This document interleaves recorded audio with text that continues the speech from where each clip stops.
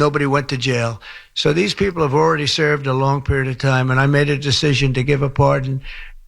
Trump should have just said, look, you got to get your goons out when they put in work for you. Period. Okay, when your goons put in work for you and they get jammed up, you got to go get them out.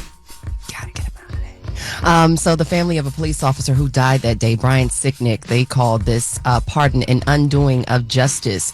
The largest police union, the same police union, the Fraternal Order of Police, released a joint statement saying it's deeply discouraged by the pardons. This is the same police union that actually endorsed Trump to become president. Senate Minority Leader Chuck Schumer, he slammed the president's move, calling it un-American, and two Republican senators, Alaska's Lisa Murkowski and Louisiana lawmaker Bill Cassidy, they both said they're disappointed and it's not right. So, but you knew they all knew he was going to do this. Like Trump told America this what he was going to do on day one, and he kept his promise to his base. Immediately he said he was going to do it, and he did it. That's right. Nobody should be surprised by any of that. That's why I'm surprised, because he said it from the beginning. He never said, "Well, I'm not going to do it," or maybe I'm. You surprised that he did it, or you surprised people surprised? I'm surprised people are surprised. It's not like Joe Biden says, "I'm going to let the court handle my son," and then he switched exactly. He said from the door, "I'm going to let my people out." He said day one, I'm pardoning him. I guess maybe they thought he was bluffing. Yeah, right. They are who we thought they were. Let them off the hook. All right. Trump also announced a private sector investment in worth billions of dollars to build AI infrastructure in the U.S. Tech companies Oracle, OpenAI, and SoftBank are creating a joint venture titled Stargate. SoftBank CEO Masayoshi Son, AI's Sam Altman, and Oracle's Larry Ellison all spoke at the White House to announce the AI infrastructure, and it will contribute $100 billion to investments to start. The plan is to pump up to $500 billion into it over the next couple of years. Let's hear more from Trump on his AI infrastructure plan. But to announce the largest AI infrastructure project by far in history, and it's all taking place right here in America.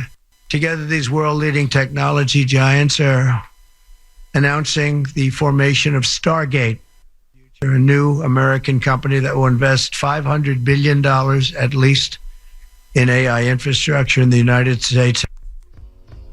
Yeah, so Trump said Stargate will be building the physical and virtual infrastructure to power the next generation of AI. Ellison added that the group's first data project, which is 1 million square feet under construction in Texas. Now, speaking of internet type things, Trump says he's okay with TikTok being sold to Elon Musk or Larry Ellison. He made those comments in that same press conference, saying that Trump would be on board, and he liked Ellison, a chairman of the tech company Oracle, to buy it too. Now, TikTok is currently in a state of limbo in the U.S. after the Supreme Court held a law banning it. Of course, the app went dark for about 15, 16 hours over the weekend. Trump has signed an executive order pushing off the ban for about 90 days, but the Chinese company ByteDance still has yet to sell the app or, basically get in good standing for it to operate legally in the U.S.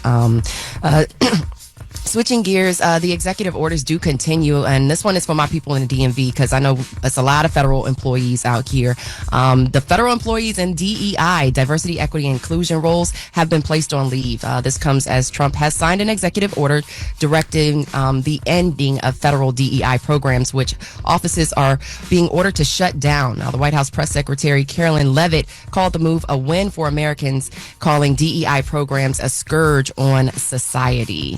Yeah, not surprised by that either. He said this is what he was going to do, and he did it day one. He's keeping all his promises. If you voted for Trump, you heard him say he was going to, get rid of DEI and things of that nature. So he said he was going to do all these things, and if that's what you voted for, you're a happy voter today. That's right. I don't know what to tell you. Yeah. One more thing that just seems to be really impacting people, I don't know if they're aware of, is an executive order. And he is rescinding a Biden era executive order that researched how to lower prescription medical costs. That's hard.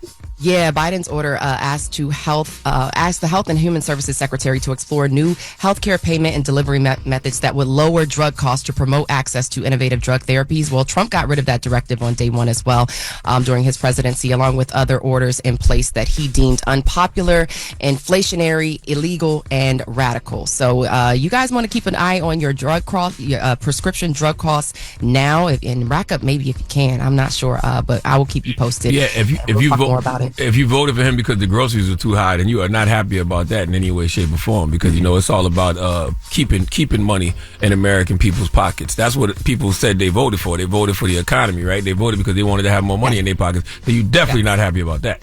Yeah, we never. I'm still reading through the executive orders because it's a lot, but I don't see groceries on the list. I'm just saying. All right. Well, that is front page news. We'll see you next hour. Everybody else, get it off your chest. 800-585-1051. If you need to vent, phone lines are wide open again. 800-585-1051. It's The Breakfast Club. Good morning. The Breakfast Club. Time to get it off your chest. Wake up! Whether you're mad or blessed. It's time to get up and get something. Call up now. 800-585-1051. We want to hear from you on The Breakfast Club. Hello, who's this?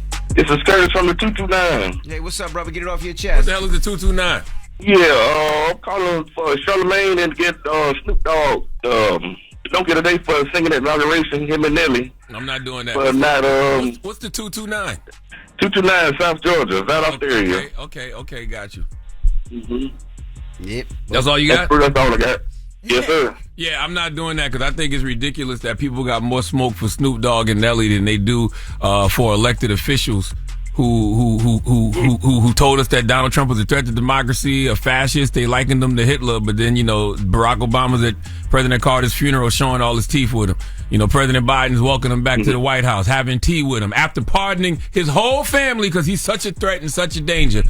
But the only one I got love for is Michelle. Shout out to Michelle. Michelle kept that same energy. Yeah. All right, dude, peace out. Peace. Hello, who's this? Good morning. This is James calling from North Carolina. Hey, James. Good morning. Get it off your chest. Yeah, man. Last week, man, my sister told me something that I couldn't believe. She said that this guy was doing an interview and said that he saw Michael Jackson beat up Tupac once. Jesus Christ. I saw that online. You did? Yeah, I ain't seen Michael Jackson beat up Tupac. I saw the guy having that conversation. Yeah. I was like, this dude is bugging, yo.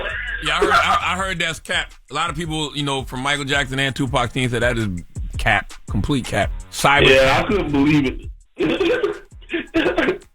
Yo, I can't even imagine that, man. I was like, I don't even think Tupac even knew Michael Jackson. No, I'm sure they knew each other. I'm not sure at all, but yeah, I'm sure they knew of. Of course they did. Tupac and Michael Jackson. Yeah, I mean they were around the same era, right? Tupac did movies with his sister. Of course they knew each other. He did a movie with Janet, yeah, but I mean, as far as I know, him and Janet was even that tight. Michael Jackson did songs with Biggie. I'm sure that him and Tupac ran into each other, before. Well, Michael Jackson was a Crip. Was he? Wait, Y'all what? ain't know that. No, I know he did the video when he was holding Michael up the Jackson scene. was a Michael Crip. Jackson was no damn Who? Crip. I know he was throwing a video. Is he lying? Man, Michael Jackson was a There's Crip. a video with him with a bunch of Crips, and he's holding up the sign. And man, Michael Jackson was a Crip, man. Get out of here. Okay. Hello, who's this? Yo, what up, man? It's Jonathan, man. What's up, Jonathan? Get it off your chest. Yeah, from Florida by way of Mississippi.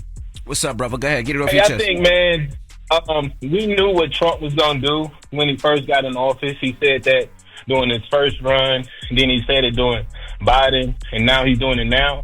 So I don't know why everybody acting confused. Me neither. So I say we need to get our shit together. I'm sorry. The next 2 years for the midterm elections, we need to figure out who we going to put our support behind, and that's it, and hold them accountable.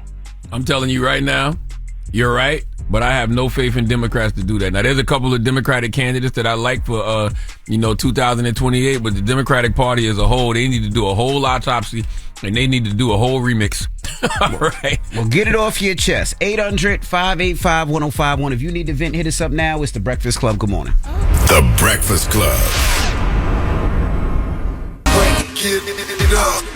This is your time to get it off your chest. Keep calling. 800-585-1051. We want to hear from you on The Breakfast Club. Hello, who's this? DJ Envy, this Swifty. Can you guys hear me? Yes, we can. Yes. What's up, man? Get it off your chest, bro. Do you guys believe Trump is going to do what he's going to say he's going to do? He's already doing what he said he's going to do. Yeah? Mr. Charlamagne the devil? Oh my God! Is this the guy that be coming to the radio station every morning? I'm gonna tell you something. I'm gonna have Trump deport you. I'm gonna have him deport you back to Africa. All right. Well, you going back to whatever Spanish country you came from? God damn it! All right, I'm telling you that right now. All right. You good though?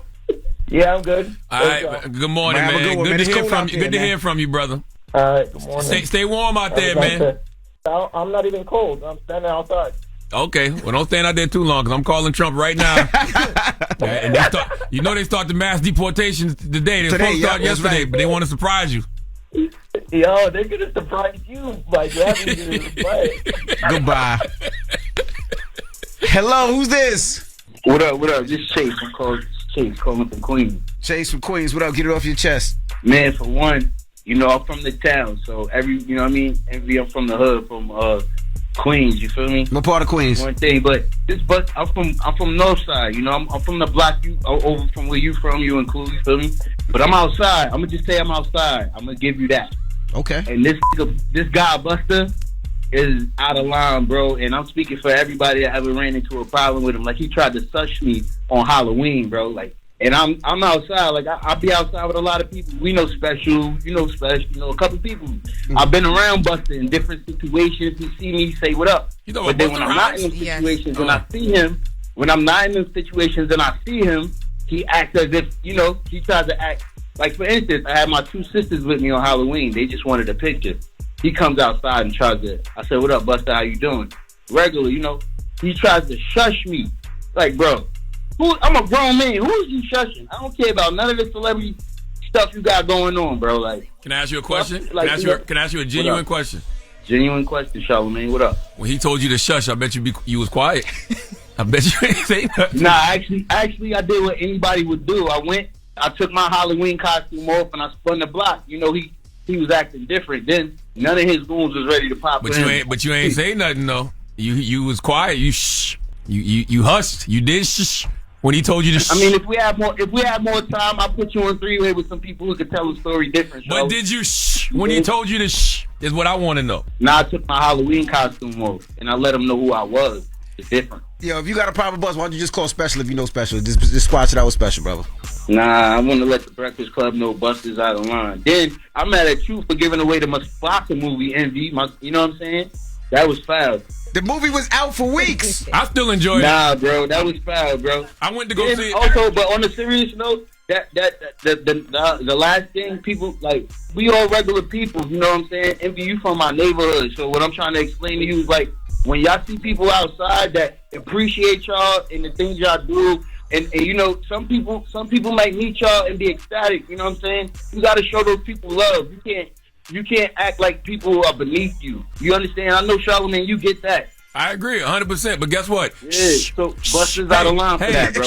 Regardless. Buster's out of line. And if we was in person, you wouldn't be doing that. Have a good day, y'all. Thank you for that time. Yo. Charlamagne, can I get a drop? You gotta love New York, man. Man, he is triggered by that.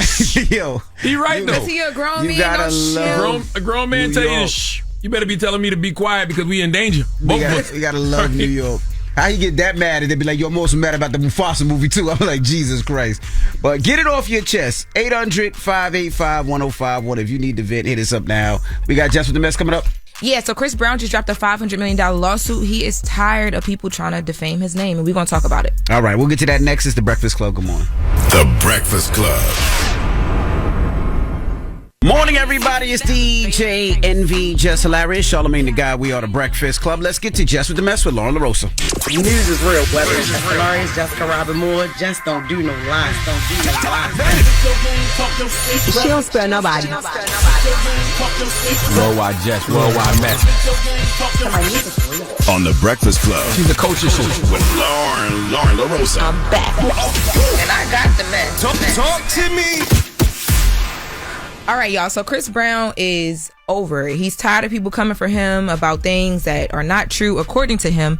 He actually just dropped a $500 million lawsuit. The lawsuit is because of a docuseries that ID did called Chris Brown, A History of Violence. So Chris Brown is saying this docuseries that y'all put out is full of a bunch of lies. He's accusing Warner Brothers, Discovery, Ample, and a couple other individuals who are behind the scenes or behind the series of promoting and publishing defamatory claims against him. Now, he says that this happened after he reached out and they were provided proof that the narrative that they were going to go with in this docuseries, according to him, was completely false. Chris Brown is saying that the Jane Doe, who is like the center of this docuseries, has been discredited several times, and that he's actually never been found guilty of any sex-related crime, but he believes and he feels like this docuseries paints him as a serial rapist and a sexual abuser, even though he's never been found guilty of anything in relation to those two things.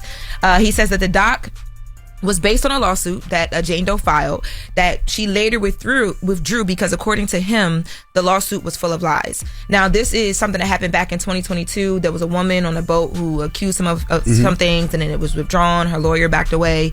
And he says, look, I've spent 10 years plus trying to rebuild my reputation, and this doesn't help. He says that, he acknowledges in the doc that there are past things, right? Like, he's taking accountability for things like physical assault of Rihanna. But he says that this documentary is pushing an old narrative that isn't supported by anything that is factual. And because of this, he has been impacted, both his reputation, his career, and his business opportunities. So he wants his $500 million.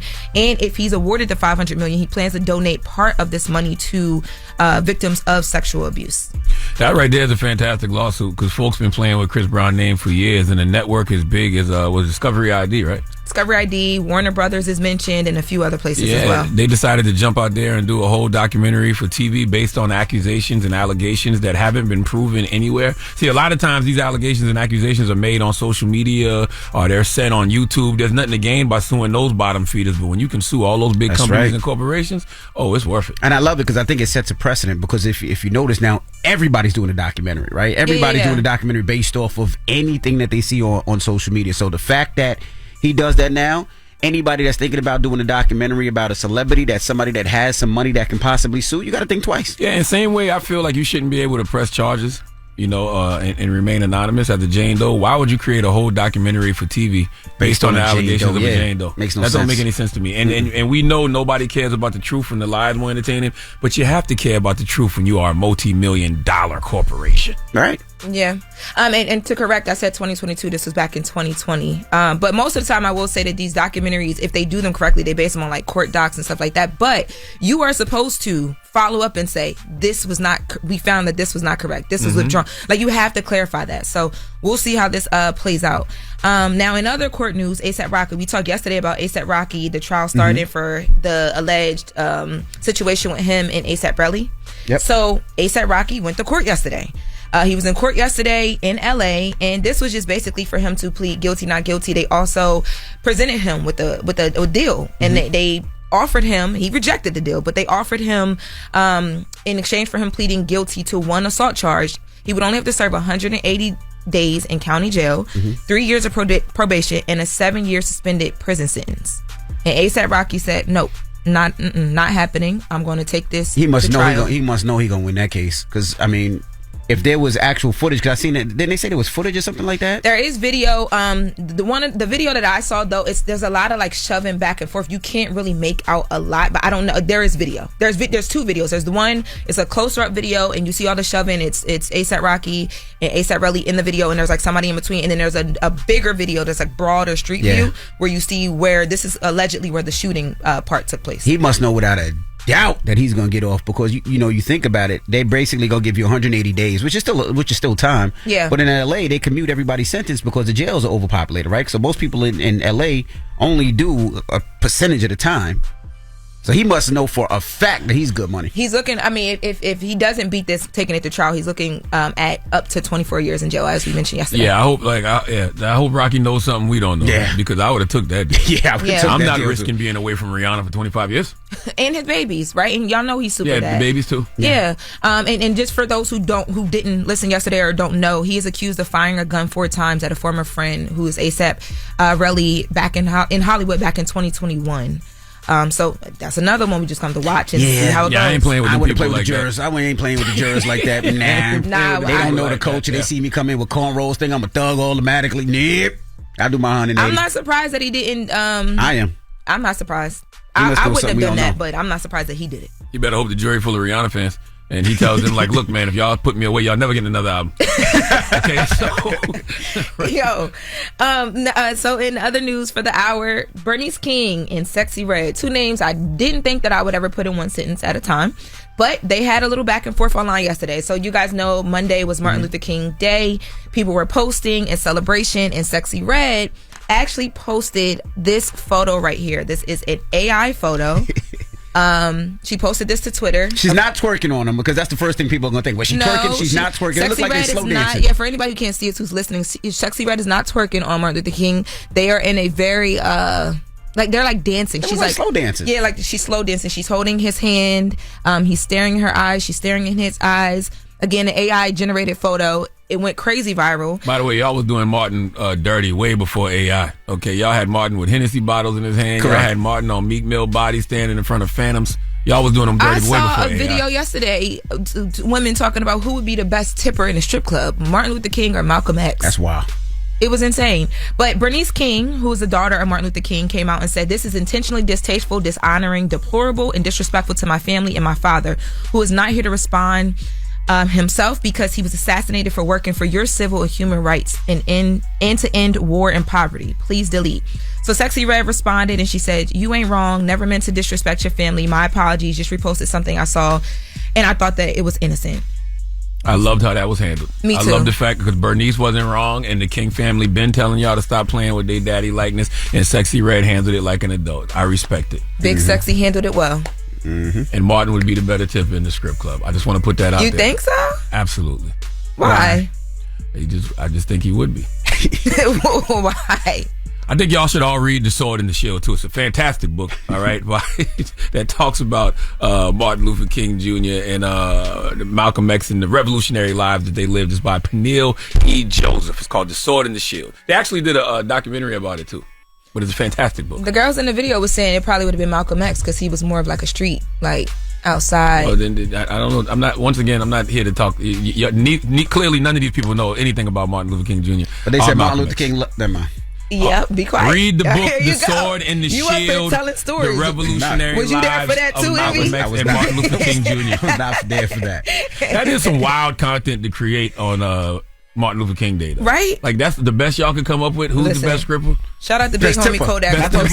Whatever. And then it's just... And then I hate that your mind even thinks about, well, who would be the best? I can't believe Envy was about to go into story details. He ain't learned his lesson yet. Peniel E. Joseph, The Sword and the Shield, The Revolutionary Lives of Malcolm X and Martin Luther King Jr. came out in 2020. You should go get it, read it. It's a great book. And they did a documentary about it too. Okay, all right. Well, that is Jess with the Mess with Law on the Road. So now when we come back, we got front page news. And then Anita Kopacz will be joining us. Her new book, The Wind on Her Tongue, is out right now. Keep it locked. It's The Breakfast Club. Good morning. You're checking out The Breakfast Club. Morning, everybody. It's DJ NV, Jess Hilarious, Charlamagne the Guy. We are The Breakfast Club. Laura LaRosa filling in for Jess. So let's get in some front page news. Now, let me salute to the New York Yankees' own CC Sabathia. He's a first-time ballot Hall of Famer. He was inducted yesterday, so congratulations to CC Sabathia. That's pretty big. Now, what else we got, Morgan? Former Vice President Kamala Harris left the nation's capital and went straight to visit Southern California, where she surveyed the Eaton fire burn zone in Altadena. Harris and former Second Gentleman Doug Emhoff spoke with fire victims at a repair shop hosting a World Central Kitchen site. The couple met with firefighters at Fire Station 12 and Fire Station to respond to the Eaton fire and thank them for their service. Harris added context to her visit, saying the home she shares with the Second Gentleman was in a mandatory evacuation zone due to the Palisades fire. However, they were one of the lucky ones. Now, Los Angeles Mayor Karen Bass, she's also taking steps to expedite debris cleanup. Let's hear more of those comments from those officials out west, VP Harris and LA Mayor Karen Bass. We are some of the lucky ones. Our home is still standing. We wanted to come out, and in particular to this extraordinary community, and just let people know that we see them and that they are cared for.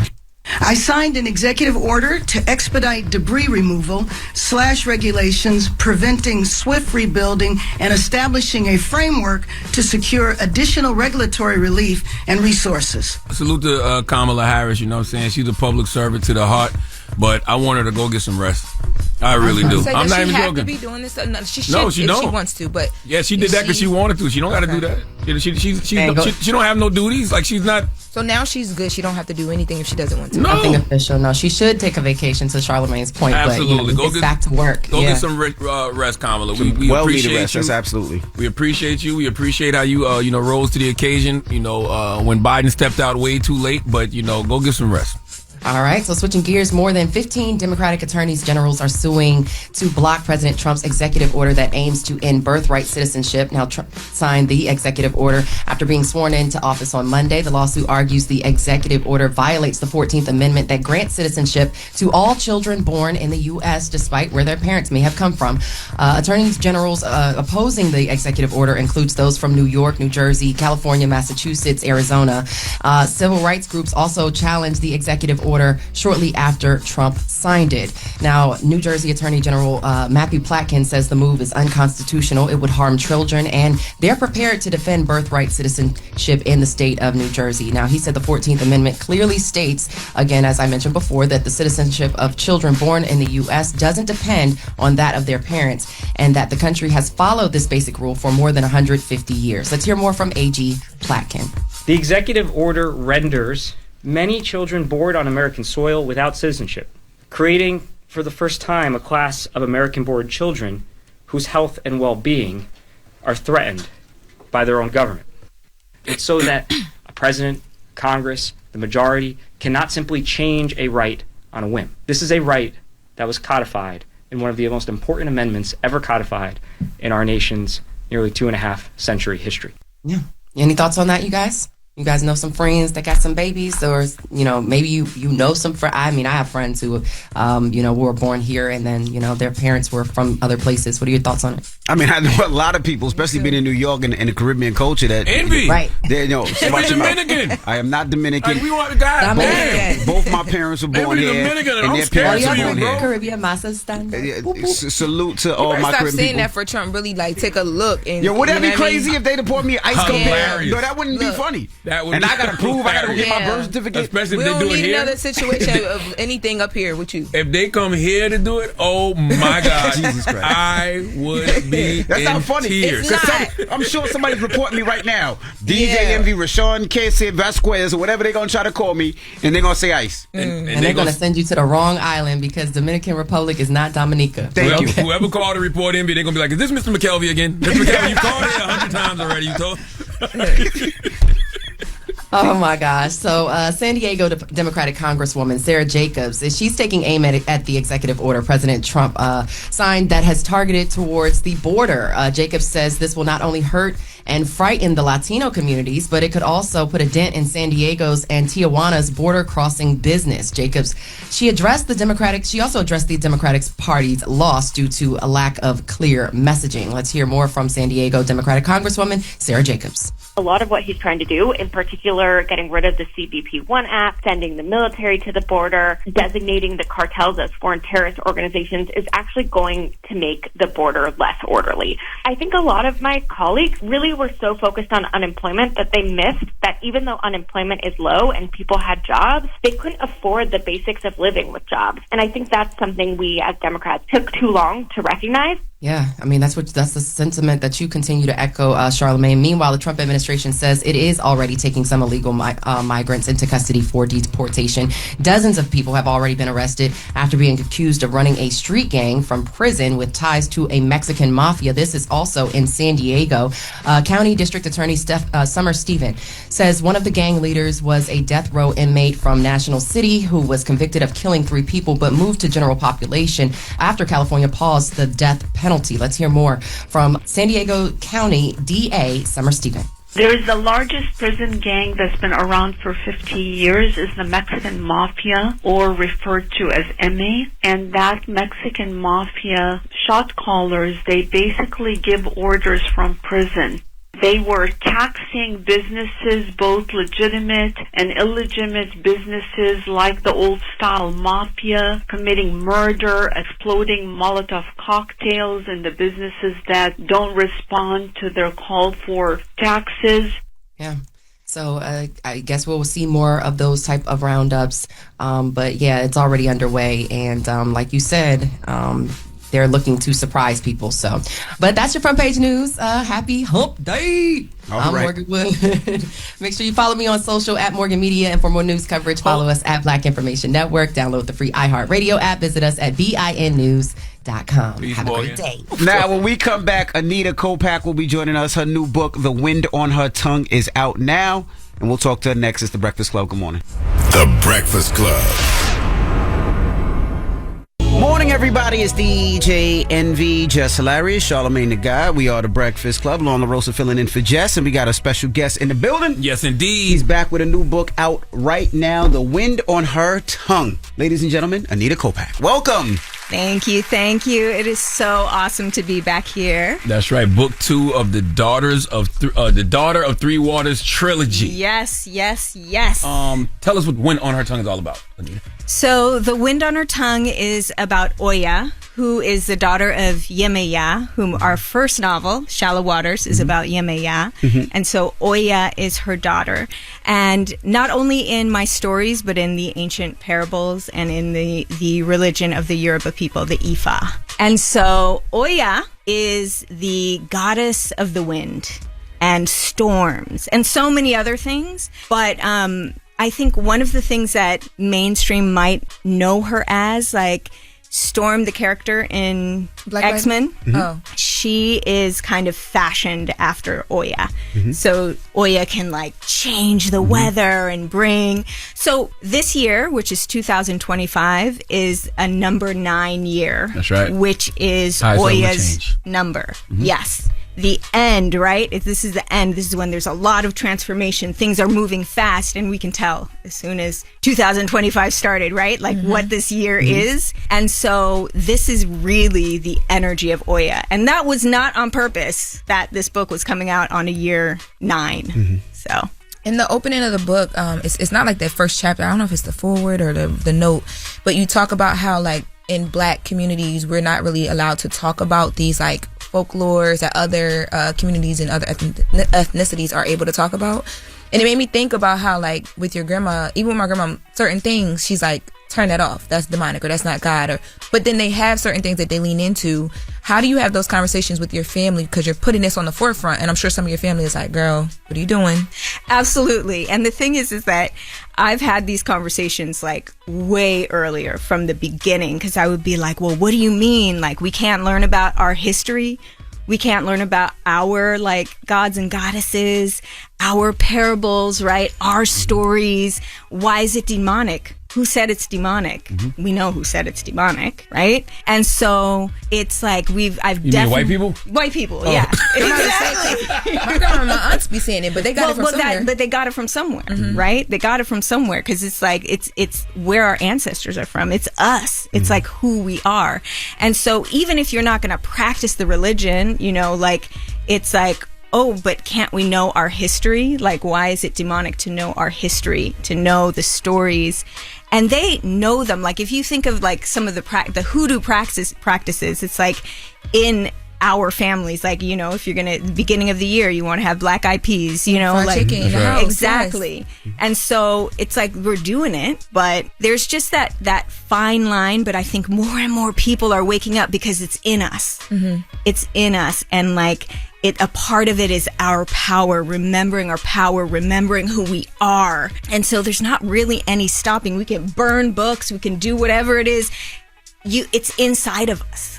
It's inside of us. And at some point, some of us are going to remember. Some of us are going to write it down, right? And who knows who's going to be inspired by this book, right? To create more things and remember more things. So, what made you dive into all of this? I know you were here before, you briefly explained, but for people that it's the first time hearing, what made you dive into this part of it?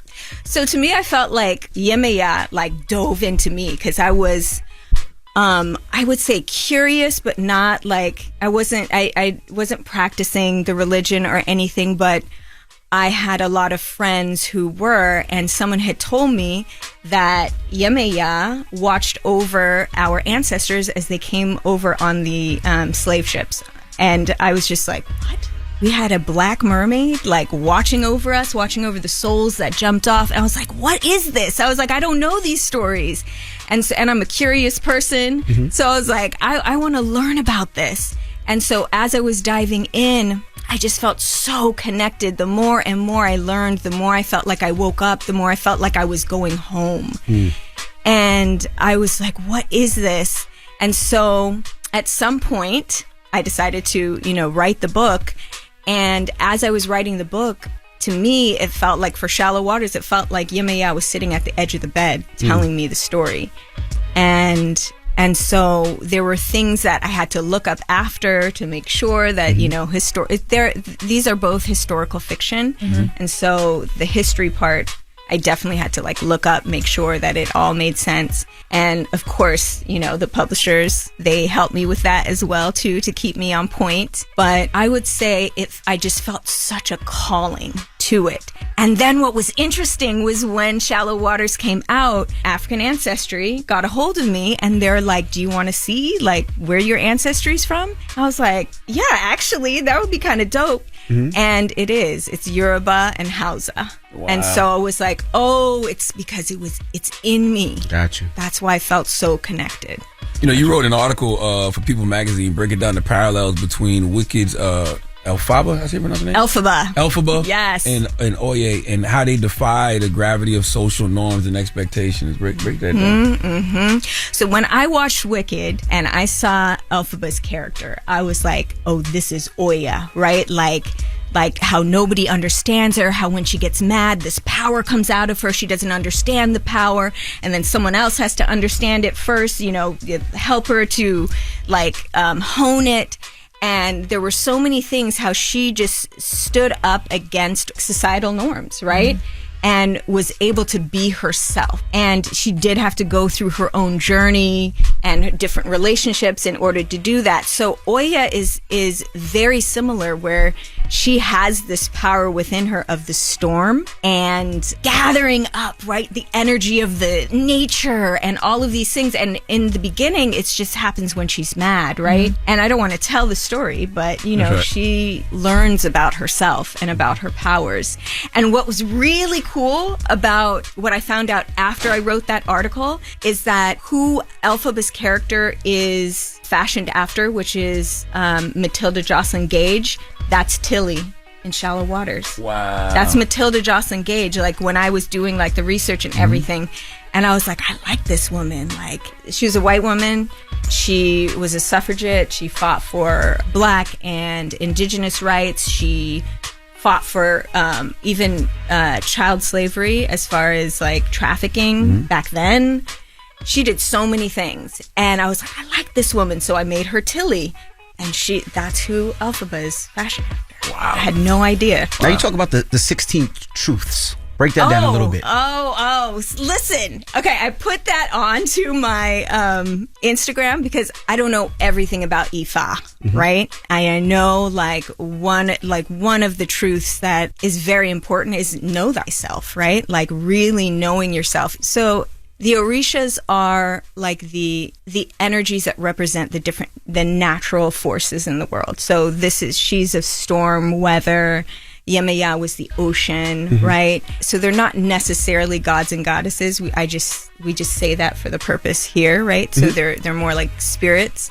And so even before you really know who's on your head, that's what they will say, who's on your head, what Orisha rules you, you have to know yourself. And so really connecting to yourself and your ancestors and what you were born for, that, to me would be one of the most important truths in Ifa. All right, we got more with Anita Kopacz when we come back. Don't move. It's the Breakfast Club. Good morning. Morning, everybody. It's DJ NV, Jess Hilarious, Charlamagne the God. We are the Breakfast Club. Lauren LaRosa filling in for Jess, and we're still kicking it with Anita Kopacz. Her new book, The Wind on Her Tongue, is out right now. Charlamagne?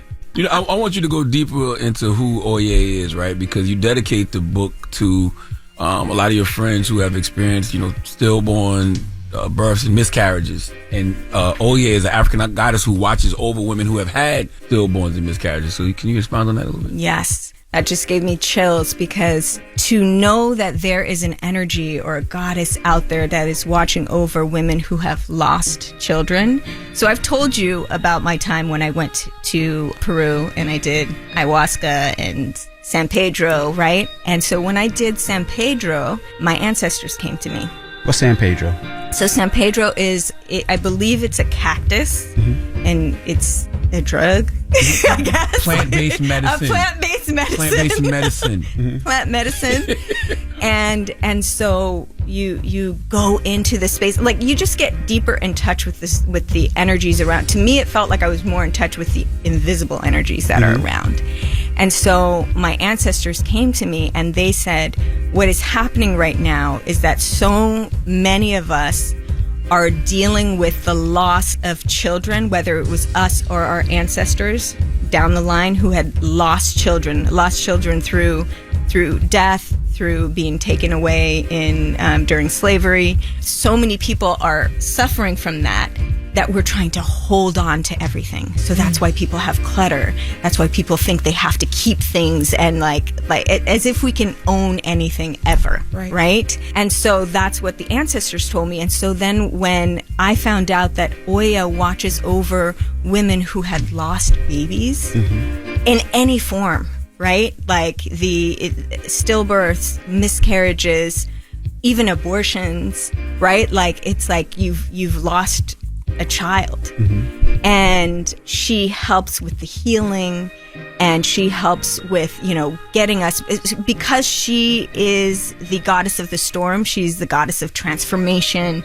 So she moves things around so that if there is a healing like that needs to happen, because that's such a deep wound, she comes and she blows it away so that you can heal. It's crazy because in your writing, a lot of times I can relate it to things like how you talked about like the black eyed peas and the fried chicken, and I'm like, oh yeah, that's what they were doing. But with that, I couldn't relate it to anything, and I'm like, I don't think I've ever had a conversation in my family just about what happens if you have a miscarriage and how you feel. I don't even know. I'm sure it has happened, but I don't know any close family members that have ever talked to me about it. Yeah, because people don't talk about it, and they definitely have, right? Like someone has. It's in all of our families, right? If it hasn't happened to you, it's like happened to someone who's close to you.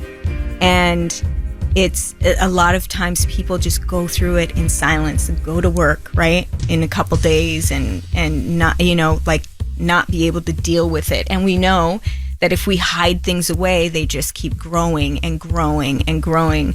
And so it's so important to have a place and a way to heal from these things. And I'm also a spiritual psychologist. I do deal with people in that way as far as guiding people through trauma and things like that. I do it with the Goddess Wisdom Council. We have a retreat that's coming up in Costa Rica. So a lot of times I work with women who have experienced some form of sexual trauma. That's one of my things that I work with a lot. And what is interesting with that too is that it's not always directly. Like a woman can be like, oh my gosh, I don't remember anything happening to me, but I notice the way I act. It's as if something happened. So it could be something that she doesn't remember, or it could be something that happened in her family line. Because if it did happen to her grandmother, right, like she's passing it down. Like what's inside of us is what was in our ancestors. So here's, Can you break down the parallels that you make with Oya and the black woman trope, angry black woman? And then you talk about duality too, because you talk about how like the hurricanes are like so strong and people hate them.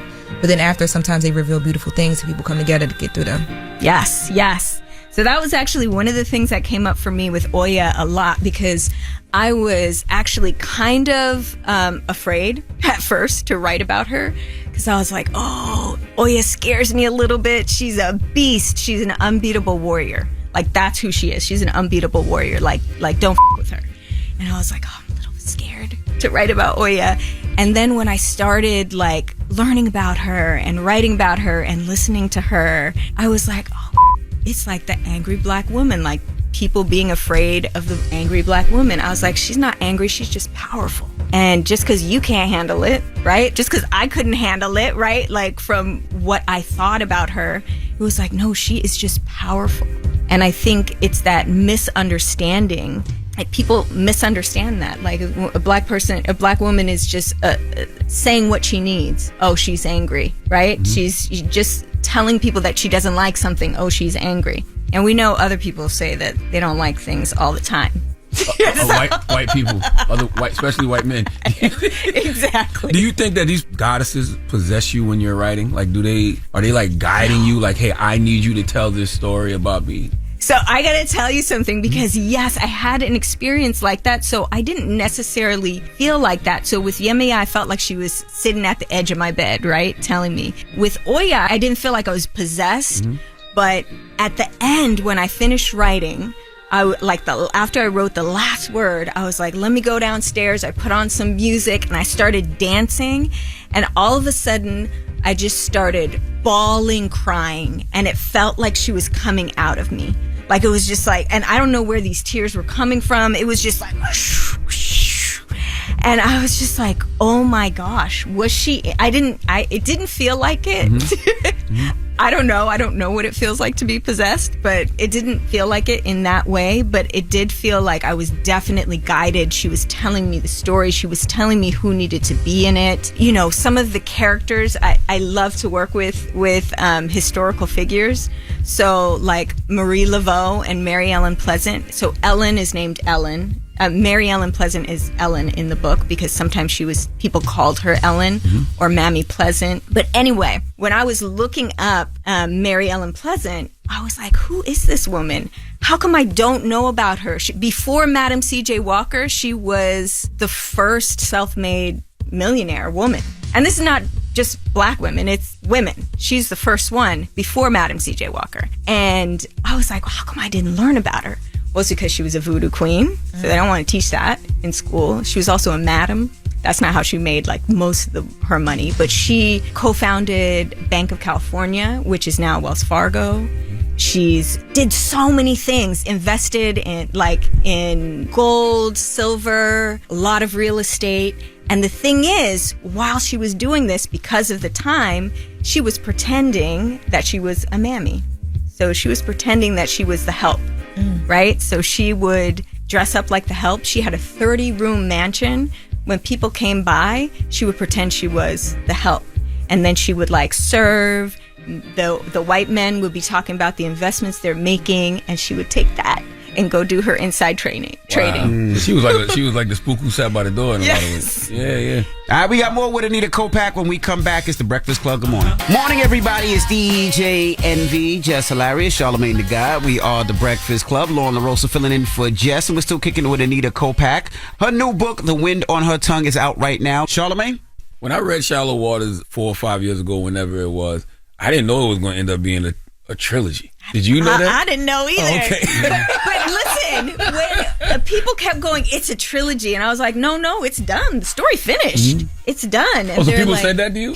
So many people. Wow. They're like, it's a trilogy. It's a trilogy. Why? I wonder why a trilogy. I wonder why. I don't know. Like, why doesn't it keep going on? Well, the Daughter of Three Waters, let me tell you where that comes from. Because in Cuba, usually you have just the two orishas on your head, a male and a female. And so that would be who like kind of rules you or rules kind of the energies of your life. They have one thing in Cuba where if it feels like you have Yemaya and Oshun, they'll say, oh, that's a daughter of two waters, because you can have that in Cuba. Everywhere else, they don't really have that. And so I was like, oh, well, Oya feels like water for me too. So that's why I made that up, Daughter of Three Waters. Gotcha. So do you know what the third installment is going to be about? I do. Oh, okay. So I already came to you. I do. Are you going to share it or not yet? Most people probably will figure out that it is Oshun. So it will be Oshun. And I do have the story, but I haven't. Is Oshun sitting on the edge of your bed, or have you? She is. She is. Wait. I'm trying to think if I should be sharing this yet. Probably not. Okay, let's focus on The Wind on Her Tongue then. It's out right now. You said something in your dedications that I found interesting too. You said she had your mom, dad, and sisters for putting up with you as a child. Then you shouted out your children for putting up with you as an adult. Is there anything from your childhood that you have brought with you into adulthood that made you say I can't imagine adulthood you were and not parenthood? like this as a child. I was definitely like this as a child. I mean, I was very introverted though. I was quiet, but I was very much in my own world, like in this magical world all the time. And for my kids, I'm kind of more like one of the kids. It's not necessarily how I thought I would adult. I thought I was going to be a little bit more strict. My mom, she's amazing, but she was definitely strict with us as well. Mom, I love you. That's she's amazing. But, you know, I couldn't around. I thought I was going to be like that. And, you know, I tried to be strict for 1 second and to see like my kid, the way they responded to it, I was like, nope. They don't take you serious, huh? No, they don't. Are take they me artists seriously. as well? Like they are. Well, my 2 girls are, and then my son is math, science. Got you. Yeah, and my oldest one, Sadie, she's 20. She's at NYU. She's like doing film. And then Tila is a senior in high school and really into singing. She is writing the songs for Shallow Waters, the musical. Oh, wow. And she came in, you know, I was like, she's a 17-year-old. I was like, okay, yeah. She's like, I have a song that I want to sing to you. I had chills. I was like, oh, let's do it. Lin-Manuel, where are you? So you want Shallow Water to be a musical? Yo! When she sang the things, I was like, yo. Yo, you don't even know. I was like, okay, we're doing this. Let me find Lin-Manuel. So she's into like the arts. And then my son Mayan is math, science. He told me he can't imagine a world where he's not figuring something out, like math wise.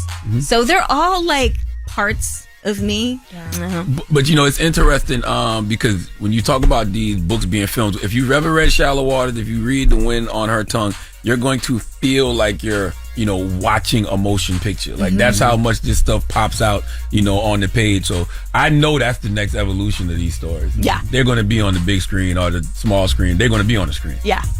Going back real quick to something you said about voodoo, what point in the world did that switch? Because like, even when you're talking about it, I'm like, ooh, saying this word so much is like a no-no. Yeah. Especially around like your older people in your family. When did it switch from like these people were healers, roots, to this is bad, stay away from it, you're possessed and you can't watch scary movies? Like when did that switch? So that switched all during slavery, when the Africans were enslaved. So they needed to keep us away from our religions. They needed to keep us away from our spirituality, from our language. And so in order to do that, they demonized it. And not only that, if you practiced it, a lot of people were killed or beaten. And so all of these things were like, I guess, beaten into us, right? And then there was a point where the fact that it survived, right? Like what you resist persists, right? Like you can't beat out of people. It just doesn't work. Like the more you try to do that, the more the person becomes stronger in that. And so it's like these spirituality, the religion, all of these things survived these times. And a lot of times they kind of hid it behind Catholicism, because Catholicism works with saints, right? And so each candle, right, like it would be a certain saint, but they'd be like, oh yeah, but this is actually Yemaya behind this saint. And so they were able to work with their religion through Catholicism. All right. Well, the new book, The Wind on Her Tongue, is out right now. That's Make sure right. you pick it up. It's available via Black Privilege, Simon & Schuster Publishing, man. And, you know, Anita, how do you feel for your second book? You know, you wrote Shallow Waters. How does this feel to have another book published? It feels so good. Like, I feel so grateful to you. Like, the fact that you saw me, you recognized me, you recognized the work, you recognized the words that needed to be out there, the stories that needed to be out there. I feel so grateful that I'm able to get these stories out into the public. And I would say that's how I feel. Deep, deep gratitude. Well, if you're looking for some escapism rooted in some realism, The Wind on Her Tongue.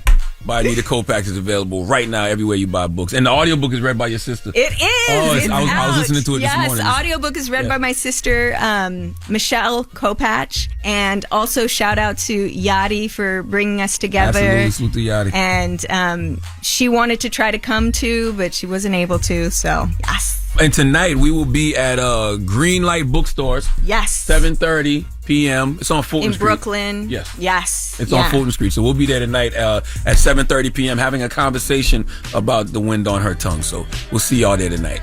All right. Yes, Greenlight Bookstore in Brooklyn, 7:30 p.m. Pick up the book now, and we appreciate you for joining us this morning. Anita Kopacz, Breakfast Club, good morning. Morning, everybody. It's DJ NV, Jess Hilarious, Charlamagne the Guy. We are the Breakfast Club. Let's get to Jess With The Mess with Lauren LaRosa. News is real. Whether it's Jess Hilarious, Jessica Robin Moore, just don't do no lies. Don't do no lies. She don't spare nobody. Worldwide Jess, worldwide mess. On the Breakfast Club. She's a culture show with Lauren LaRosa. I'm back. And I got the mess. Talk to me. All right, guys. In breaking news, My Wives star Natalie Ditonato is currently missing. This comes after she was listed as a no-show for 2 flights home. She was leaving Vegas. So, background of the story: the My Wives star was in Vegas, and right now she is the subject of a missing persons report after she didn't get on those 2 flights. Now, law enforcement sources are saying that there was a report filed for Natalie, best known from her appearing on season 5 of My Wives. It says this morning in Las Vegas. That was yesterday. So yesterday, the missing persons report was filed because she didn't get on those 2 flights. Mm-hmm. Now, Natalie's family is very concerned at this point. They spoke to cops in Philadelphia, where she also visited earlier this month. And they're basically just at this point trying to figure out what's going on. Natalie's mother, Denise, told TMZ that she spoke to Natalie 7 days ago. She actually had her on FaceTime. Denise, Natalie's mom, says during the brief conversation, Natalie rushed off the phone, didn't clarify where she was or who she was with, just telling her mom that she had to go. Natalie said Natalie's mom is saying that it's unclear if her daughter was with anybody and that she just seemed a little bit nervous and distressed after the brief phone call. And Denise is saying that the conversation left her very concerned, and she tried to call her daughter back on both of her cell phones, but neither were working at the time. And she's been trying to get in contact with her over the last few days, which prompted her to contact police in Philly. I guess that's because along the lines of like where her flight would have been traveling. Right. And according to Natalie's mom, the last update she received was from one of Natalie's friends, a guy named Ben, who allegedly told her on Monday that the My Wives star was in Las Vegas and had reached out to him for help getting home on a flight. She was flying back to Florida. So I reached out to Renee Graziano. Yeah, who's an ex-My Wife from the show. Ex-My Wife, yes. Shout out to Renee. Yeah, so I reached out to her, and she also said that she spoke to Natalie on the 14th. She said that when she spoke to Natalie on the 14th, Natalie was distressed. She said that she was in Las Vegas, but she told Renee that she was not comfortable and that she asked Renee to reach out to some people. She then, later that day, called Natalie back. And Natalie told her, hey, one of my friends got me. They're going to take care of my flight home. She was flying back to Florida. The friend that Renee is referencing, I'm assuming, is the guy named Ben, who Natalie's mom is saying helped her with the flight. So Renee says then she took some days because she was sick. She then spoke to Natalie again after 2:00 on the 17th. And Natalie told her, hey, I'm headed home, but she didn't sound happy. She sounded still very distressed, very uncomfortable, wasn't like her normal self. So now at this point, Renee and a lot of other of Natalie's friends along with her family are panicking. They're getting together. Renee told me that they actually were on the phone, her, Claudia Jordan, and a couple other ladies were on the phone for some hours over these last couple of days, just trying to piece together last time people have talked to her, what she was saying, and they don't know who she was with either. But Renee told me that she does believe that Natalie was by herself. And when I asked why was she even in Vegas, because I don't see that in any reports, she's saying that she does a lot of work with boxing and different appearances, so maybe that's why she was there. Are the police doing their job? Are they investigating? The police are investigating as well, and from what I was told, they're actually looking at like hotel camera footage and things of that nature. So just praying for a safe return of Natalie. It is. I can't imagine being a parent and getting that phone call. Not at all. And I tell everybody, and I'm not anybody that's signed to the app or anything like that, but I use Life 360. which can tell you where your phone is at all times. You know what I mean? So I always say put that on your app, put that on your wife's app, your husband's app, your kid's app. So that way you can get kind of like a timeline. Of course, you won't know everything, but you can get kind of a thorough timeline of all the things that happen. It's very scary. It tells Praying you for the best. It tells you where they are, their last locations, what area they're close to. Yep. Yeah, it tells you what time. Even if you turn your phone off, it tells you where you turned your phone off, how fast you were going, if you were in a vehicle, in a car. And that app is totally free. Like I said, I use it with my kids all the time, but it gives me kind of like a little sense of calmness when my kids are out and about. I wonder how many people out there who cheat who use Life 360. Like, do you do that type of gamble with your life? Do you download Life 360 knowing you're If somebody's cheating, they definitely not using Life 360. I'm just asking, because there's some crazy people out there. I was going to say, it depends. Because I know people with trackers on their car who know the trackers is there and they still get busy. And then my friends be having to pull up because don't play with my friends. I do know some person that when he does go out, he puts his phone at the club, like in the bushes by the club. So it just always, never mind. If you got to do all that, you should not be in a relationship. Never mind. How you going to snitch on somebody and then say I said never mind. I stopped. Envy always up here talking. I stopped. I took it back. He's the son of a cop. Okay. Well, never forget that. Speaking of people that be talking, Drake. Jesus. So, Drake, always in the girlies' mouths. Drake actually, you guys remember there's been that whole conversation about Drake and SZA and what they used to do, whether they were together or not, because he mentioned her in the song. Well, SZA was on Hot Ones. She was with Keke Palmer and Issa Rae. And you know, they ask you questions and you got to answer or you got to eat the really hot chicken. So they asked her about Drake. Let's take a listen. Is Drake a good kisser? Oh, that's why I said in advance. I like you. I knew you were gonna do something that was so. We have to gag him. She's not gonna answer. He must have been terrible. She did. She answered. Was he good, kisser? You're a real. We were children. We were children. That was the sound of lies. 2009, we were children. Real. I mean, it's a simple good or not good. Yeah, it's really easy. And the fact that you don't want to say one is very telling. They're trying to double team me into guilt because you know I'm affected by it. I'm affected by it is everything. Why we didn't know you was married, Issa? And where did he come from? Huh? You be kissing and This was a good Hot Ones episode, okay? They got into some things. But to say we was young, we was 19, to me that sounds like she's saying he wasn't a good kisser. But I oblige. Y'all don't want to talk about the kissing and the love? No, can't say I care about that one. No? LL Cool, baby. Well, you know what? We're going to share some love in the room because yesterday we missed a holiday. Y'all are going to celebrate with me, right? Just say yes. No. Well, yes. I don't trust you. We missed National Hug Day yesterday. Speaking of love, Envy, Charlamagne, I need you guys to participate with me today. I'm too happy. I am happy. We made it through the week. Yesterday was National Hug Day. We didn't make it through the week. It's only Wednesday. Listen, okay? When you leave the Poconos for 3 days and 2 bottles of Don Julio, I'm making it through the week. Y'all being here hugging from the back. I don't know what type of fan stuff you got going on. I don't know where this came from. But no. Because I'm trying to uplift the spirit, y'all. We just talked about somebody missing. Y'all been here hugging from the back all the time, and I saw this holiday. You ain't never seen nobody in here hug from the back. This is not a Michael Rubin white party. I have video. That's not how I was hugging from the back. Oh, now I gotta post it. Yeah. What? Who hugged who? You don't remember you had on that baby powder blue sweatsuit and he hugged you from the back? I ain't never hugged that man from the back. Well, just so you guys know, Tuesday, January 1st, 2025 is National Hugging Day. It's an annual event dedicated to hugging in the United States, created by Kevin Zabernay, a Christian pastor. And only he a fan. But we missed it.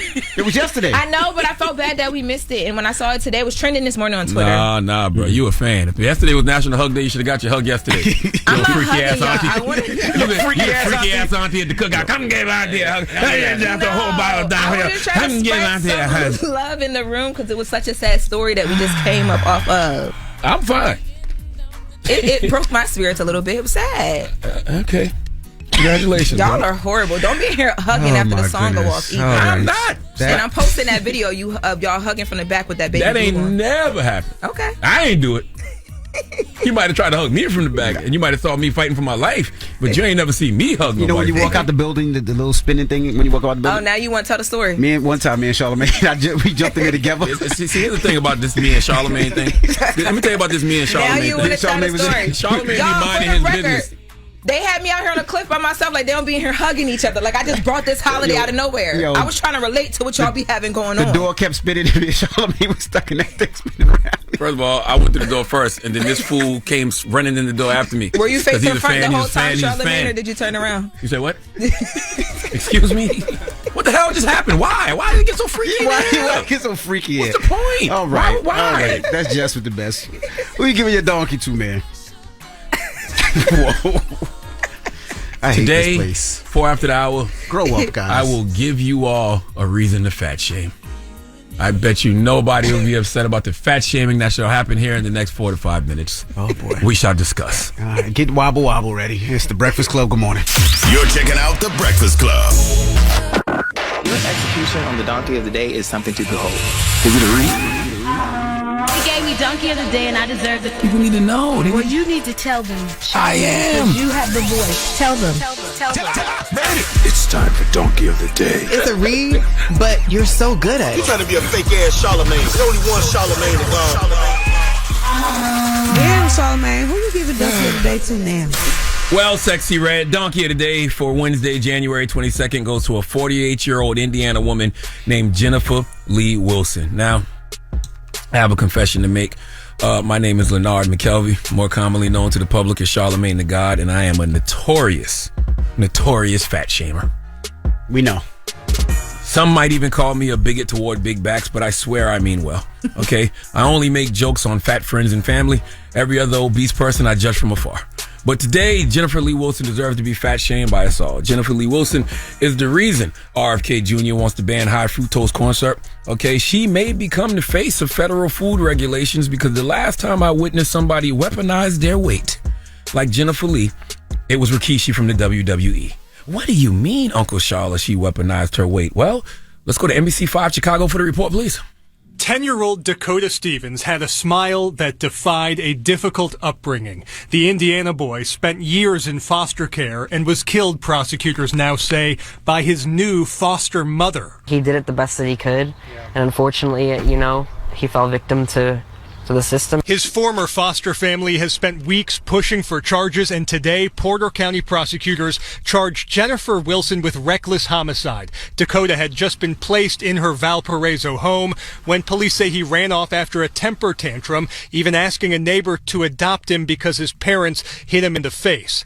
But police say Wilson found and brought him back, and he tried to run again, so she laid her entire weight on his body while calling the boy's caseworker. Wilson told police that she laid on the boy's midsection out here in the yard to control him. The 10-year-old weighed just 91 pounds, but Wilson, according to police, weighs 340 pounds and sat on the child for 5 minutes until he stopped moving. Jesus. God. First things first, rest in peace to 10-year-old Dakota Stevens. That young man tried to get help. Okay, when you run away from home, run away from, your foster mother to a neighbor's house and ask them to adopt you, Lord only knows the trauma you were experiencing in that house. Okay, he ran from that obese orphan killer. All right, Dakota was 4'10" and weighed 90 pounds. Jennifer Lee was 4'11" and weighed 340 pounds. She was built like a Range Rover.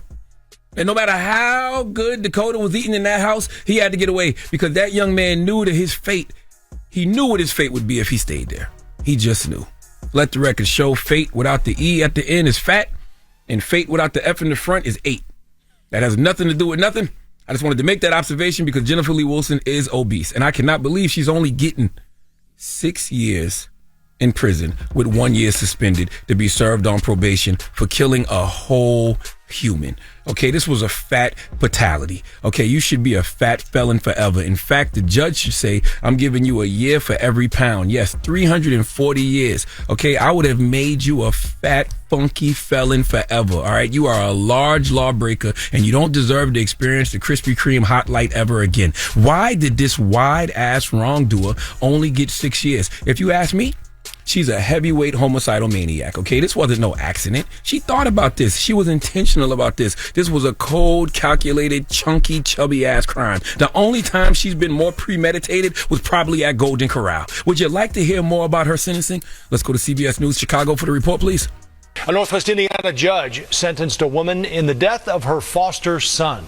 Jennifer Lee Wilson pled guilty to reckless homicide in the April death of her foster son, 10-year-old Dakota Lee Stevens. Investigators say she pinned Dakota to the ground by lying on his midsection for several minutes, causing fatal injuries. A judge sentenced her to 6 years in prison. Look at this woman.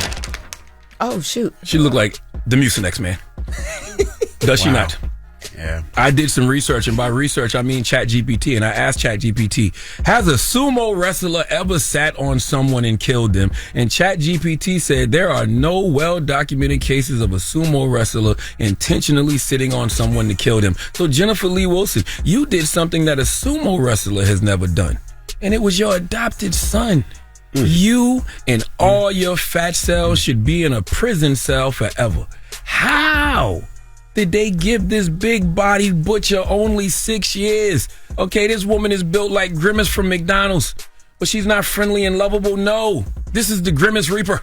She's a massive murderer. This half-ton killer deserves to be in prison forever, and I don't know why she isn't. What? All right. What? All right. Play his theme music. What? There you go. What, Mack? Yeah. Mid-sized Mack is in here. What? This got to stop, bro. What? You have to stop. Stop what? This woman is a killer. I'm starting to think somebody fat touched you at a young age because you hate us with such a... This has nothing... This woman killed her 10-year-old. No, I understand. By sitting on them. And I understand that. And as the president of the Fat Lives Matter committee, she was wrong in the sense of like, when we are... our size, we know our issues. Yes. Like when I go to church and they got those little white church chairs, I know those don't hold me. I got to test those. I test a lot of chairs before I sit down. That's the You know what I'm saying? Even during sex. You know how long it took me before I got on top? I was scared. I don't know what. You get on top? Oh my God. You get on top? It's like getting on a roller coaster. I'm terrified. I'm like, every couple of strokes, I'm like, yo, you good? Can you breathe? You gotta stop. You gotta. That poor guy. Yeah, so I hate you. Who are these suicidal women that are letting you get on top? That's besides the point. You don't know if they're women or men. You don't know what he. Bro, your push-up game must be crazy because no way you put all your weight. It took no. You planking? No, you gotta. It's a balance thing. You gotta lean to the left, to the right, so it's not on one side. Yes. Now she in a kayak. She should have known that sitting on that kid was wrong. You got to treat that like all types of furniture. See, y'all don't know that because y'all got gym memberships, but yeah, the worst thing you could do is sit somewhere in public and that chair break because there's no way you can play that off. And just like this, there's no way you can play off killing a kid. It's a human. You ever broke a chair on a plane? On a plane? Yeah. Not on a plane. I've broken a lot of chairs. Did you fly cargo? I do have a question. The seatbelt extender, how many do you use? One now. Well, right now, thank God. Mack has lost a lot of weight, though. Yes. Last month was the first time I ever didn't need one. You didn't need an extender at all? I didn't need an extender. Drop a bomb for Mack. Wow. But shout out to all the stewardess and all the flight attendants because they are very respectful when they come to you. Like they sell drugs. Like, psh, you need that. You need that thing, and I'll be like, man, everybody on the plane know they whispering to you about Mack. I know. What are you talking about? They either reserving Biscoff or asking you about the extender. It's not much. Yeah, they be like, you need that. You need that. And I'd be like, well, what you got? And they'd be like, yeah, we got that. Oh, you know they was on snacks? Nah, I mean, that comes later. But at first, they always make sure you good because the last thing you want is the plane to have turbulence and then my big ass is flying around. You know what I mean? And I hit somebody. But I can't imagine you on top. That is insane. I mean, look. That's all you got out of this? There's a lot of chubby chasers out there. We said all of that to say, please give the gluttonous Reaper Jennifer Lee Wilson the biggest hee-haw. What? You got to stop. Me? All right. Well, thank you for that donkey today. Yes, this is disgusting. Don't go anywhere. This is disgusting. Media Mack. No, don't call her disgusting, okay? No, this is disgusting. She killed a little baby. That's right. This woman not had, on purpose. She was not like a murderer. This woman had a crushing presence. This is terrible. Okay. Lord. All right. Well, I can't wait till there's a short killer, and then you gonna be right in there. 800 to hear him say all them S's. The short killer. All right. Let's open up the phone lines. 800-585-1051. This conversation comes from Zuckerberg, of course, at the inauguration. He was caught staring at Jeff Bezos' fiance, Lauren Sanchez. So let's open up the phone lines. Have a question. 800-585-1051. 2 questions. Did you think Mark Zuckerberg was gay until this picture? What's the question? Ladies, when you're wearing... Wait, come back. When you're wearing revealing clothing, do you feel welcoming the fact that men are staring at your assets? And fellas, if a woman is wearing revealing clothing, do you like to look? Now, Mac. Yeah. Women, do you welcome being sexually harassed with somebody's eyes? That's not necessarily sexually harassed, because I asked Lauren before we did this, and I said, if you're wearing something revealing... Are you doing the what are you wearing? Boy, Trump really backing off. Y'all look crazy. Oh, wow. I'm just asking the question. No. Wow. He asked me if I'm wearing something revealing, am I offended when guys look? And I'm like, no, I know they're going to look. So I'm not offended. And I asked Mac, when you see somebody wearing, a woman or a guy wearing something revealing and you look. Can we stop adding the guy thing? That's y'all thing going on.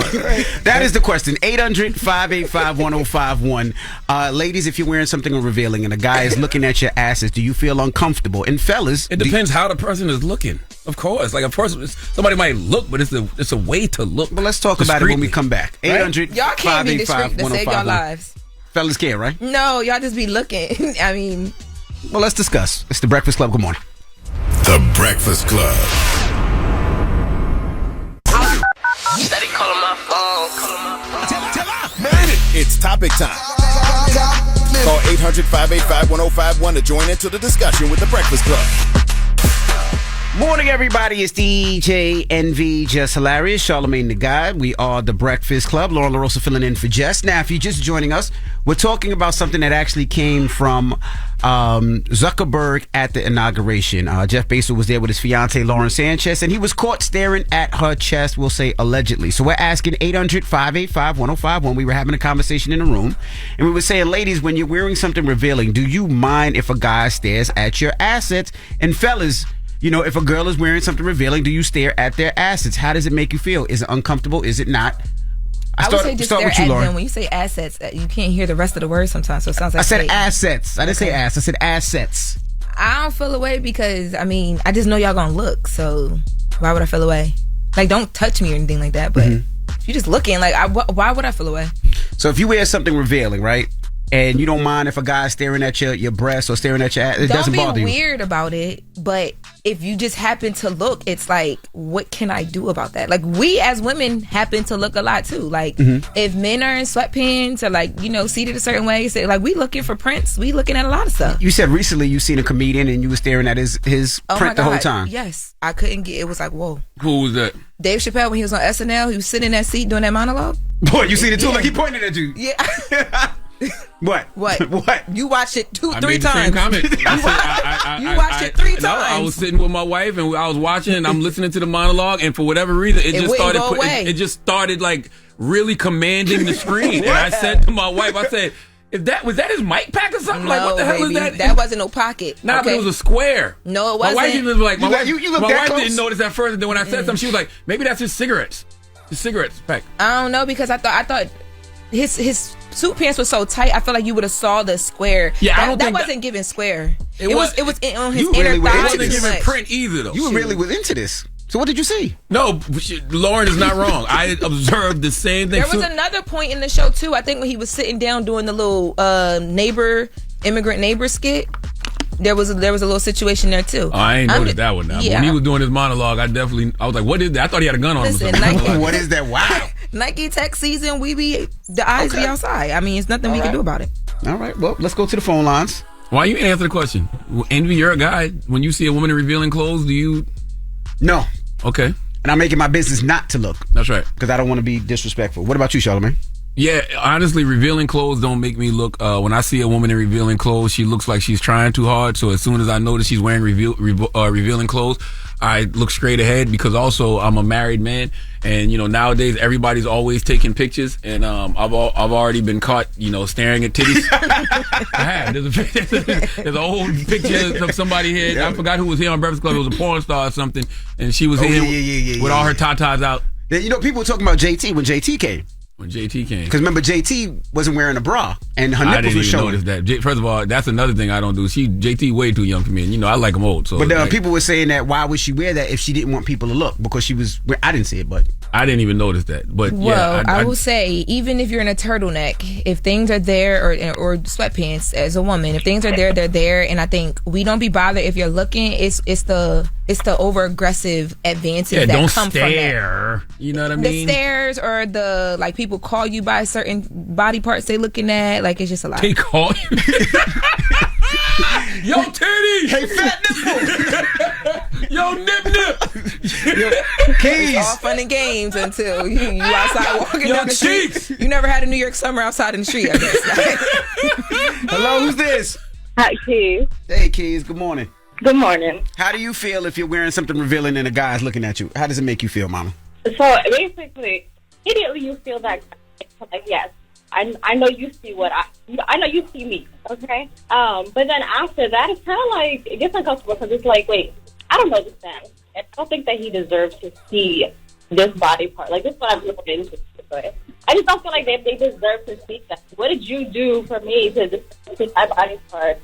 So, like, now you have that image of me, like, forever, for the rest of your life, and, like, I can't do anything about that. Well, they have that image of you because you're wearing something that they can see. Like, if you Exactly. Yeah, exactly. So that's why I was like, you know what? I'm not doing this. Y'all don't deserve to see nothing. There you go. You don't hold me.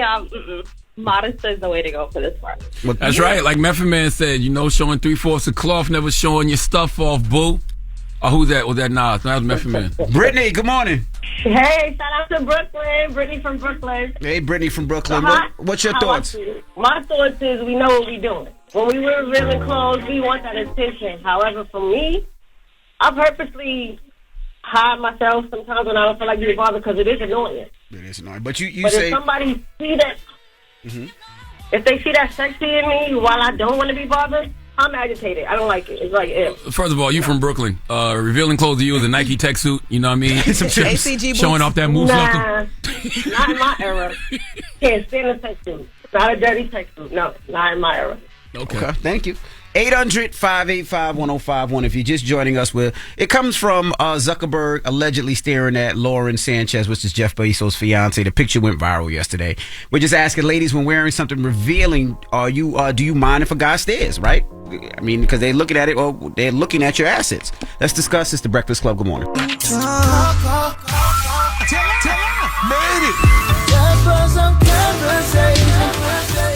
y'all talking about it, you know we talking about it. It's topic time. Call 800-585-1051 to join into the discussion with the Breakfast Club. Morning, everybody. It's DJ NV, Jess Hilarious, Charlamagne the Guy. We are the Breakfast Club. Lauren LaRosa filling in for Jess. If you're just joining us, we're asking 800-585-1051. This conversation comes from Zuckerberg. He was at the inauguration and it went viral. He was staring allegedly at Lauren Sanchez's tatas, which is Jeff Bezos' fiance. One of the stupidest things I saw from that picture was somebody said, that young lady ain't leaving them billions. First of all, she left Bezos from Zuckerberg. He's more You're still in the billionaire club. Like she's good either way. You good either way. But I think too, like what the lady just said from Brooklyn, when she was like, you know what you're doing when you wear certain stuff. Lauren Sanchez got a lot of flack for the bralette that she had under the suit because they were saying time and place. It's inauguration. And I think that, women do wear certain things, certain places, depending on what you have going on or what you want to accomplish. And that was another thing as well too, because kind of like it's not his fault if like they're there. Like, what else is he going to do? She said they're there. Nah, that was a little bit crazy, though, because he was sitting right by her, and she was by her husband. Like, he was being wild. That was a wild. If you just look over, it's like, boom. And that's the thing. The stare probably wasn't even as long as the camera caught it. You know what I'm saying? It probably was like a little quick glance, look down. But let's be honest, he probably stared a couple of times. That was the time the camera caught him. That is very true. Hello, who's this? Hi, this is Tronette. Hey, Tronette. Talk to us. Good morning. Good morning. First of all, I want you to know I love all of you guys, all four of you. Lauren, Charlamagne, you're awesome. Envy, you're awesome. You guys are great. Thank you. I love how you guys talk about the polyps because I cut the polyps here. I'm in the lab. You cut the polyp. Oh, okay, yeah. When we got our colonoscopies. Oh.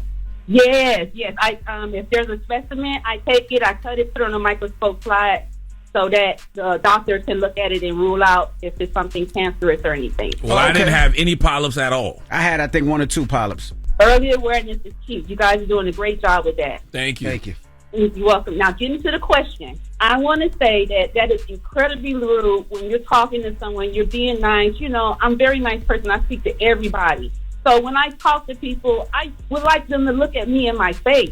But you have some people that their eyes move all over the place. You know, that's kind of rude. And I don't even know what to say to them when they say that. I was about to say, do you say it in a moment? Because I'll say it. I'll be like, you know, my face is up here. I'm going to start saying it, Lauren. But, you know, I work around a lot of doctors and stuff. And one of them used to do that all the time on the low key. And I used to be like, I didn't even want to go around to talk to him. I used to avoid him all the time. But, you know. Yeah, that's awkward what can you do? Workplace. It's very awkward. Well, see, that's what I mean by it. No matter what you have on, y'all still will look. Because she's not dressing sexually in her workplace. Or exposing in her workplace. But people just look regardless. That's why cross-eyed people and people with lazy eyes, man, got it good sometimes. Don't know what they're looking at. Exactly. Hello, who's this? Hey, what's your thoughts, Joe? If you're not sexy with it, nobody can be looking. You know what I mean? Like, if they're not looking, then you're not doing something right. So you saying you dress sexy because you want them to look? Well, I dress sexy because I'm sexy. Talk that talk. I do it for me, but I know people gonna look. And you don't mind it? No, because they're gonna compliment me at the end of the day, so I'm doing something right. Oh, they may not compliment you because they're married. I'm not always get complimented. Well, but I mean, you're right. Everybody not gonna say something, but at the end of the day, they look at me. That means I'm doing something right. Okay. Thank you, June. Hello, who's this?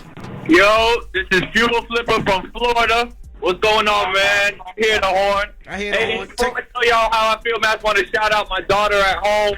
Sanaya, she's sick right now. My daughter's taking care of her too. And my hard-working, beautiful wife, Sherry, she's the love of my life, man. I just want to let everybody in the world know that. All right, now answer the question, brother, and take us off Bluetooth for speaker so we can hear you clearly. Answer the question. What's your thoughts? My thought is like, you know, girls are revealing clothing all the time, and you know, if a guy looks, that's not a bad thing because it's like looking at a car, like a Rolls Royce. Like, oh, that's nice. You know what I'm saying? If it's, you know, you don't want to drive it, you just look. It catches your attention. You know what I'm saying? Like, it's something you could do about it. But there are some weirdos out there who OD. You know what I'm saying? But you know, that's just how I feel. You got to be respectful about it. But then also, y'all ever had the Mack patty from Dad's Deli in New York? It's mac cheese oxtail on a beef patty. Damn. No. That sounds like heart disease. Yeah, it sounds great. Oh, nah, boy. Yo, they right in the Lower East Side, man. Dad's Deli, Joshua, my cousin doing it, man. Let me send one up there to y'all.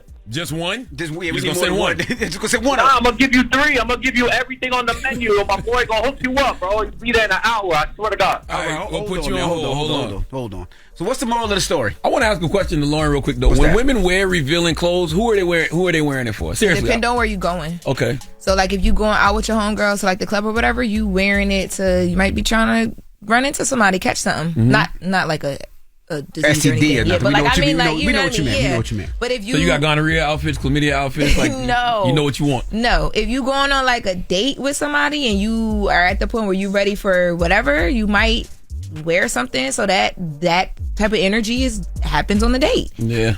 It depends on where you're going, what you're trying to do. Okay. If I know some women who do it when they go in like car shop or you know what I mean, things of that nature, because then the male salesman, it's very easy to make them just a lot more like lenient because they're lost in other things. Gotcha. It just depends on what you're trying to do it for. All right. Well, we got Jess with the Mess with Lauren LaRosa coming up. We do. Bad Baby. She got a nose job, but people thought that it was her boyfriend putting his hands on her again. We're going to get into it. It's a lot of drama with that. All right. We'll get into that next. It's The Breakfast Club. Good morning. The Breakfast Club. Morning, everybody. It's DJ NV, Jess Hilarious, Charlamagne the Guy. We are The Breakfast Club. Let's get to Jess with the Mess with Lauren LaRosa. News is real. Whether it's Jess Hilarious, Jessica Moore, just don't do no lies. She don't spare nobody. Worldwide Jess, worldwide Mess. On The Breakfast Club. She's the coach of shit. With Lauren LaRosa. I'm back. And I got the mess. Talk to me. Okay, y'all. So Bad Baby posted this photo yesterday online. Mm-hmm. And when she posted this photo, Right. Your first reaction is like, whoa. What the hell happened? She has 2 black eyes. Her nose appears to be swollen. People are like, well, what the heck is going on? So when she posted this photo, fans instantly flocked to her comments and flocked to like Twitter and began assuming that she had been abused again by her current boyfriend, the child of her father, a guy named LV, because she had talked about and shared video of them getting into some sort of physical altercation prior, right? She came out and said, y'all, I got a nose job. Please relax. She was just trying to show her update of the nose job. The caption even said, nose jobs are not for the weak, but of course people didn't pay attention to that. And since she has posted this photo and some updates on her nose job, like she wanted to show the before and after, she basically got a hump removed off of the top of her nose. You get black eyes when you get a nose job? Yeah, that happened. As soon as I saw it, I was like, did she get like face work done? Because normally anytime you mess with anything around your nose structure, your black eyes and swelling happens. And that's like typical, but maybe because I used to live in LA, I just know there's a lot of girls who do it and it happens all the time. But a lot of people didn't know this. So of course, even right now to this moment, they're still dragging her online. If it was domestic abuse. Thinking it's domestic abuse, talking about how stupid she is for going back to her current boyfriend. And she actually came online to clarify in a video because she was tired of people commenting. Let's take a listen. I'm literally 21 years old, battling cancer. Who knows how long I'm gonna be here for? You think I'm not gonna get my body and my face right and do everything that I wanted to do? Once I found out I had cancer, first of all, I was so happy that I was pregnant. I was so happy that I was doing something that I always wanted to do. I always wanted to be a mom. Same way I always wanted a nose job. After I had Callie and my boobs got saggy after breastfeeding for 2 months, I always wanted my boobs done. Always wanted a fat. Always wanted this. Always wanted that. I literally am 21 years old battling cancer.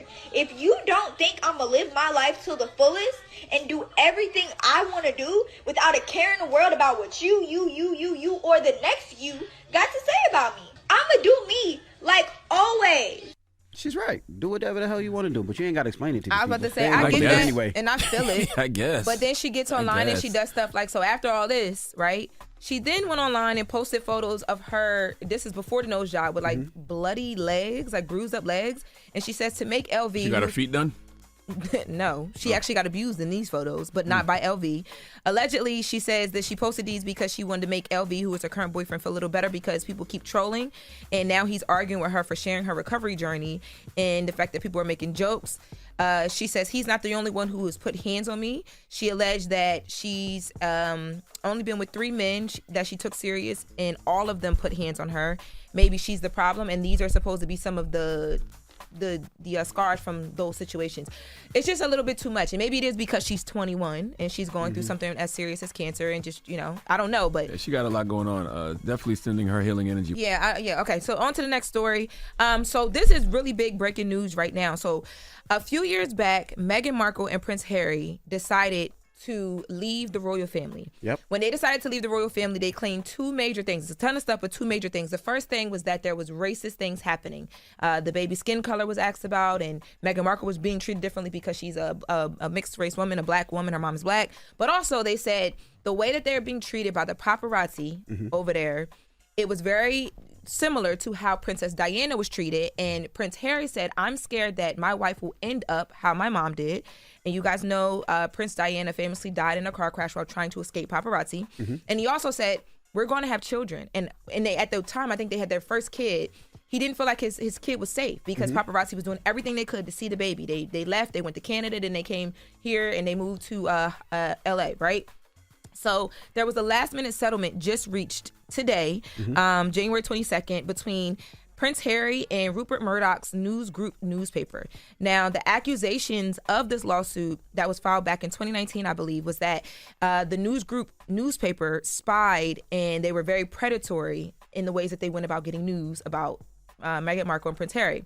So the settlement that they reached today was met only one day after trial. They did not provide an exact dollar amount of how much they reached, but it had to be a pretty good payout. And the terms were that the news group people had to give a full apology to Prince Harry for hacking into his mobile phone, encroaching on his life, while also admitting that one of its tabloids, The Sun, recruited private investigators to commit illegal acts. Right? Now, this is, to me, extremely scary, because if you go that far, it's like, who else knows about what we don't know happened? And a part of the settlement, right, for them to not go further in court was, we don't have to dig into that. So now anybody from this news group doesn't have to get on the stand and talk about everything else they've done, be asked questions so that we can really find out what else they did to get these stories. I can't believe that they even had to prove that these news outlets are predatory. I mean, number one, if you got paparazzi chasing folks down, you, Lauren, call sources every damn day. Okay, but I don't do this. I'm just saying. But, I don't do but they were suing. That's the reason why. But that's what I'm saying. I can't believe they even had to prove it. Of course, these news outlets are predatory. But let me tell you, they also had, in addition, the media organization expressed remorse for interfering in the life of the late Princess Diana, who I told you guys earlier mentioned was killed in 1997 car crash. So they're admitting to even being, you know what I mean, a part of not that exact, those exact group of paparazzi, but having something to do with the way that she was feeling and being hunted down. And they did have to prove it because everybody called them liars. I don't know if y'all remember, but they made them liars. I don't know how they could be called liars when we see it. Right. You know what I'm saying? Like we visibly see it with our own eyes. Right. They may not think they're predatory, but they definitely are. This is a bit crazy. It's a win for Meghan Markle and Prince Harry, though. They're vindicated somewhat. All right. His mom's not here, but at least they have this. Well, that's Jess with the Mess with Lauren LaRosa. Now, let's get to the People's Choice Mix. Get your request in. Let me know what you want to hear. 800-585-1051 is The Breakfast Club. Good morning. Wake that ass up. Early in the morning. The Breakfast Club. Morning, everybody. It's DJ NV, Jess Hilarious, Charlamagne the Guy. We are The Breakfast Club. Lauren LaRosa filling in for Jess. Now, we got to salute Anita Kopacz for joining us today. Man, salute to the good sister, Anita Kopacz. Her new book, The Wind on Her Tongue, is out in bookstores now. It is book 2 of the Daughters of Three Waters trilogy. If you loved Shallow Waters, you will love the sequel to Shallow Waters, The Wind on Her Tongue. You know, Anita Kopacz, we put out Shallow Waters on my book in print, Black Privilege Publishing through Simon & Schuster, and The Wind on Her Tongue is being released also on Black Privilege Publishing, Simon & Schuster. It's available everywhere you buy books now. And tonight, we will be in Brooklyn at Greenlight Bookstore at 7:30 p.m., okay? 686 Fulton Street in Brooklyn, New York. Myself, Anita Kopacz, we will be there having a conversation about The Wind on Her Tongue. So join us, why don't you? Tonight, 7:30 p.m. in Brooklyn, Greenlight Bookstore. Dress warm, too, because it's going to be cold. So dress my warm. God. That's right. All right. When we come back, we got the positive notice, The Breakfast Club. Good morning. Morning, everybody. It's DJ NV, Jess Hilarious, Charlamagne the Guy. We are The Breakfast Club. It's time to get up out of here. Now, Charlamagne, you got a positive note? I do, man. I just want to remind people, make sure you go pick up Anita Kopac's book, The Wind on Her Tongue. It's available everywhere you buy books right now. If you love Shallow Waters, you'll love the sequel, which is this new book, The Wind on Her Tongue, available everywhere you buy books now, and the audio version is available now, too. But the positive note is simply this. An unhealed person can find offense in pretty much anything somebody does. Okay? Listen to what I said. All right, because I want y'all to really think about this, because y'all be fake outraged and mad about every single thing that you see on social media. So I want to repeat this to you unhealed heathens. An unhealed person can find offense in pretty much anything someone does. A healed person understands that the actions of others have nothing to do with them. Each day, you get to decide which one you will be. Have a blessed day. Breakfast Club, bitches! Y'all finished or y'all done?